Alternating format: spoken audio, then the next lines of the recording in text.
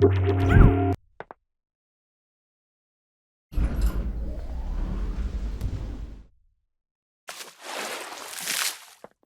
all of that set up, we can be pretty happy. Generally, before moving on to the next stage that we're going to do, it's best to clone this over to the right-hand side. Now, I know that through much of this training, we've just said, just take it, clone it to the right, there you go. Of course, in some instances, and certainly in an instance like this, that might seem easier said than done, right? I mean, if we look, of course, at our actual setup here, I mean, this is the brow stuff that we've got. Actually, not that, because that's the mid. I mean, just look what we've got here. We've got, these controllers going on and all of those ones for the little bit. And then you've got the spline stuff and the spline trackers. And then you've got all of the forehead splines as well going on. And then you've got, all of the bones with all of their tips and everything else. It's quite a lot. This is certainly quite an involved piece of setup, this brow that we've got here. So I do just want to sidestep and just show you blasting through this quite quickly, because we have got some handy tools that really do cut down on the time. And it's a nice place to do it because we have got just so much stuff that needs to be copied over pretty much exactly to the opposite side. So let's start that out, right? We have here, our forehead mid obviously doesn't need cloning, but we've got all of the left hand forehead spline bits, okay, and they're all under a single root here. So we can use Lightwave's native clone hierarchy, and that just creates a clone for us, all of which needs reposing and renaming. Reposing is quick and easy. I'll grab the animation toolbox here, just grab all of that stuff that we've just cloned with pose selected, click copy, check mirror, click paste. Don't want to mirror sides, I only want to mirror X positions, click OK. Bingo. Now we'd like to rename it all, so we get the RH renamer here, and we're going to do replace, and so we're going to replace underscore left brackets 2, because this plugin will see the 2 that Lightwave has added, and replace it with underscore right. Click replace. Let's go down to the bones here, shall we? Right, we've got the forehead root. We didn't do a separate left root. Never mind. We'll see this easily enough. We use Lightwave's bone copy hierarchy. That's the BT copy hierarchy. Okay. This has got replacement built in. So we again choose replace string, and we're replacing underscore left with underscore right.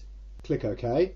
And there's all of the bones there. Now the M. Okay, we didn't need a clone of that, so let's just clear that.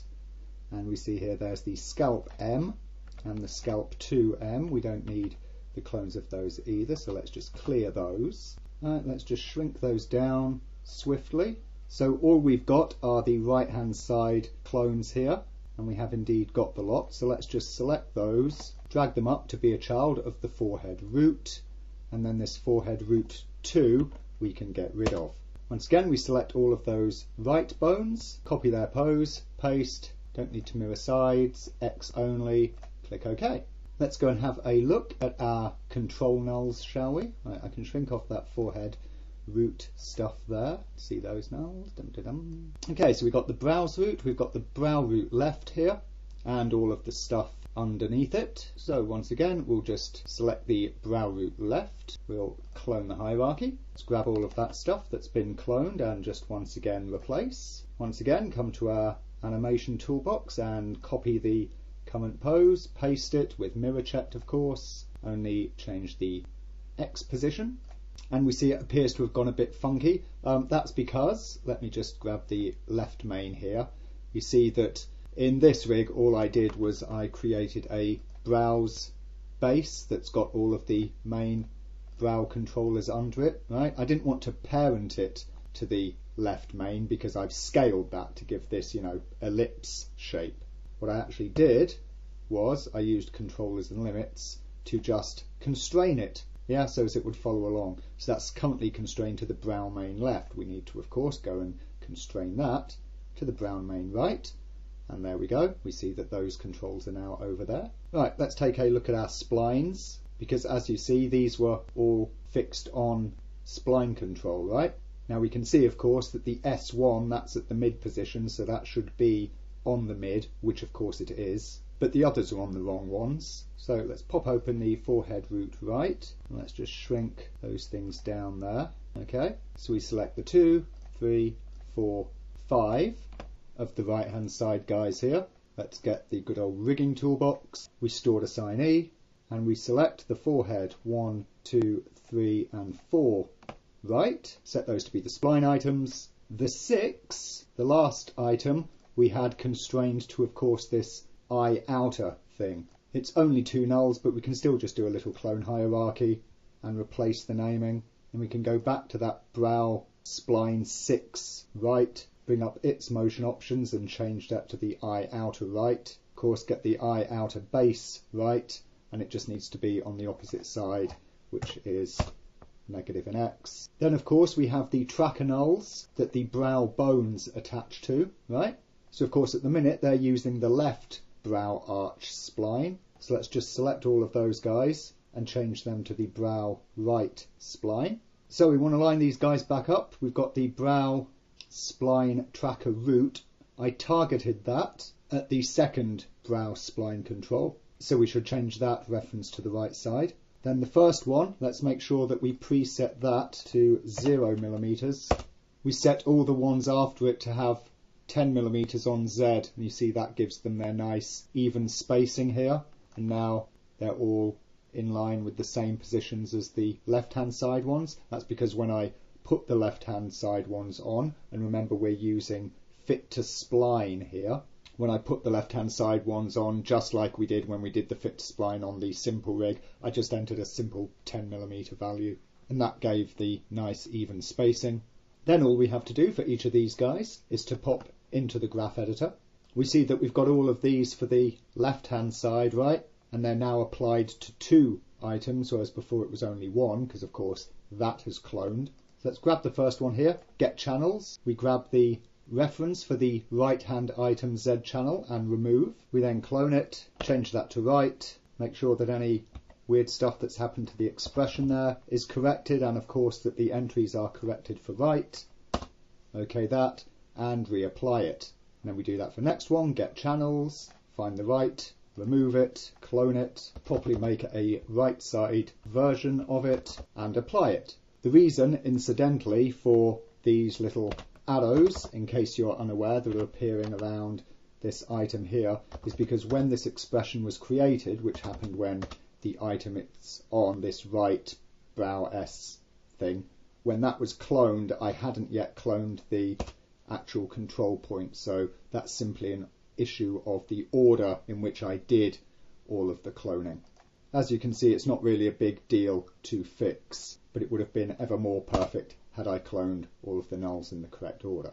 Then we've got the forehead track expressions. You see, these are doing basically exactly the same thing. We're getting the right version, removing it, cloning it, and creating a proper right side version. One thing we should note, and we should have seen when we were doing that cloning of expressions, is of course the original expressions from the left hand side. Because I cloned and renamed items, you see the left hand side expression, the reference entries in them all got changed to right, so you do actually need to go back and correct those, because those have now become a mistake, and that of course will have broken your left side operation. Sadly, when it comes to items that have expressions on them and you clone the items, Lightwave always changes the expression references to the cloned items. It doesn't maintain the original ones. So that's just a thing where Lightwave's just a little bit dumb, unfortunately, but it's not too big a deal to fix. A little tedious perhaps as you pick through making all of the necessary corrections, but it is something to keep your eyes open for if something with expressions on it, you know, that worked before, and you go through some sort of cloning process to make your life easier when going over to an opposite side. Check back your expressions and make sure that the original ones are actually pointing to the correct reference items, otherwise you will find yourself with a spot of bother. Lastly, when that's all good and the left is the left and the right is the right, go back to those expressions that we did for the midline, and remember of course that we were adding or subtracting whatever depending on the expression. The brow main for the left, weren't we? But of course, what we also want to do now that we've got a right is to additionally subtract or add on the right hand side divided by, you know, whatever fraction there. We've got the other expression here. And that way, of course, your mid-brow is operating between both the left and right hand sides. So with those bits done, we can have a look at how this thing is currently functioning. I hope you can make out the black spline there. Let me just colour it in. This is the right hand side spline. Let me just make that nice and bright so as we can see it. Okay, and you can see that that is indeed sliding up and down our forehead with our main controller, and we've got all of our little individual controllers there operating as well. That's great. What do we see? Well, look what's happening at the forehead over there. Can you see it? The scalp nulls are coming down. That's not because the left ones are misbehaving. We already fixed those expressions. That's because I didn't take the scalp nulls, which are the forehead tracks here, and reassign those. So let's get 1, 2, 3 and 4. Good old rigging toolbox, stored assignee, and then get the 1, 2, 3, 4 forehead spline items. Set those as spline. Good. We check that out, and yes, there indeed they are, all working very nicely. One thing we will notice, however, is when we move this main controller to the right, you see that those nulls that are on the spline, the tracker nulls that we will be linking bones to, they're going in the opposite direction, right? That's because, remember, those nulls are a chain. Let me just show you them again to remind you. Yep, they're a chain, and what we do is we constrain the first one's position via an expression. Yep, we're on the opposite side now, so of course if we look at the expression for that, the brow spline track 1 right, we are adding the X position of the brow main controller. We're on the opposite side, so we need to subtract it because of course the X is going in the opposite direction. So with that fixed, we see that they are tracking along as we would expect them to. So far so good. All we need now are the bones to go into the brow, or the brow arch bones I should say. So we've got the brow root here, brow 1, 2, 3, 4 and 5 left. Let's just do similar to what we did with the forehead because we don't have a brow left only root. So here we have them. We have a brow root left bone and a 1, 2, 3, 4, 5 brow bones there. So let's get that. Go to the old BT clone hierarchy. Once again, the underscore left is becoming underscore right. We OK that. Let us select all of those. Back to the animation toolbox, copy their pose, paste with mirror on, choose only the X, click OK. Let's take the root because I'd pre-rotated that. See, there it is at -90. Let's just put that to 90. So let's start hooking them all up. So we'll grab the 1, 2, the 3, the 4, the 5. Use our rigging toolbox to stored assignee. Let's find the nulls to constrain them to.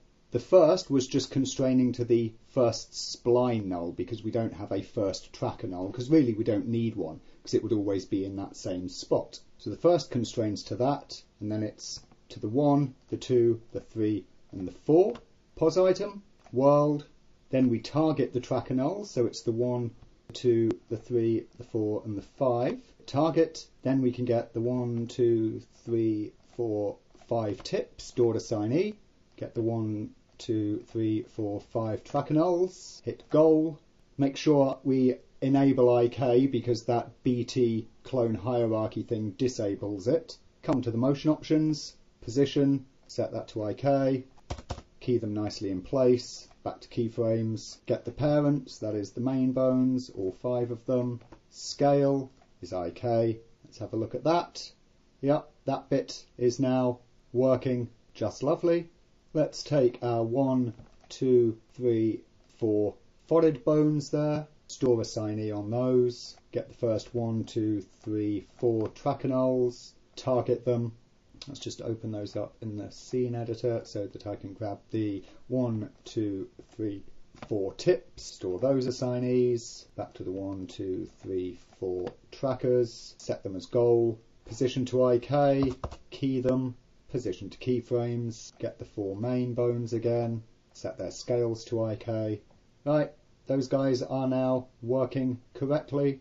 Let's get these first run of scalp bones, store assignee for those. We were of course just targeting the forehead bones directly. So select those and hit target. Get the 4 scalp tips, store assignee, get the 4 forehead bones, set goal, position to IK, keyframe, position to keyframes, the scalp bones, Z scale to IK.